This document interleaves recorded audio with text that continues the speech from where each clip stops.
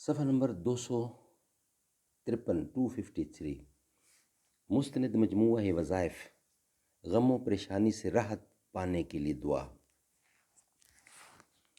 قرآن و سنت اور اولیاء کرام کی دعاؤں کا نادر مجموعہ،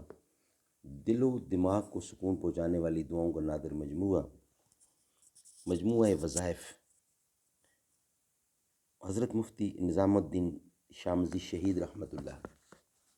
صفحہ نمبر 253 غم و پریشانی سے راحت پانے کے لیے 11 دعائیں۔ جب کسی شخص کو کوئی غم پیش آئے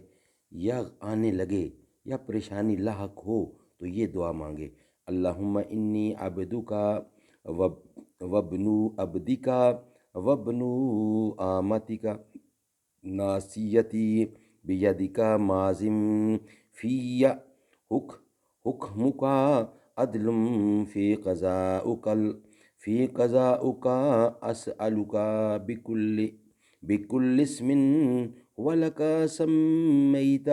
بہ نفسک او انزلتہ فی کتابک او علمتہ احدا من خلقک او استأثرت بہ فی علم الغیب عندک ان تجعل القرآن ربیع قلبی ونور صدری وجلاء حزنی وذہاب ہمی۔ اے اللہ، میں تیرا بندہ ہوں اور تیرے بندوں کا بیٹا ہوں اور تیری بندی کا بیٹا ہوں۔ میری پیشانی کے بال تیرے ہاتھ میں ہیں، یعنی تیرے پورے قبضے میں ہوں۔ میرے حق میں جو فیصلہ بھی ہو تیرا ہو، وہ نافذ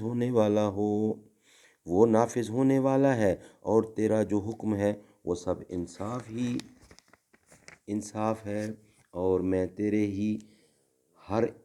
اس نام کے وسیلہ سے تجھ سے سوال کرتا ہوں جو تو نے خود اپنی ذات پاک کے لیے مقرر فرمایا ہے، یا اپنی کتاب کے ساتھ اس کو اتارا ہے، یا اپنی مخلوق میں سے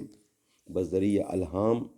جس کو بھی تو نے بتایا ہے، یا خاص اپنے ہی علم غیب میں اس کو پوشیدہ رکھا ہے کہ تو قرآن کو میرے دل کی بہار، میرے سینے کا نور، میرے غم کا دور کرنے والا اور میری فکر کے ازالہ کا سبب بنا دے۔ فائدہ: حدیث شریف میں آیا ہے، اللہ کا جو بھی بندہ کسی مصیبت یا رنج و غم میں گرفتار ہو اور وہ مذکورہ بالا یہ دعا پڑھا کرے تو اللہ تبارک و تعالیٰ ضرور اس کی مصیبت پر اور پریشانی اور رنج و غم کو دور فرما دیں گے، اور اس کے رنج و غم کو خوشی اور مسرت سے بدل دیں گے۔ نیز یہ دعا قرآن کریم کی تلاوت کرنے سے پہلے اور تلاوت کرنے کے بعد بھی مانگنی چاہیے۔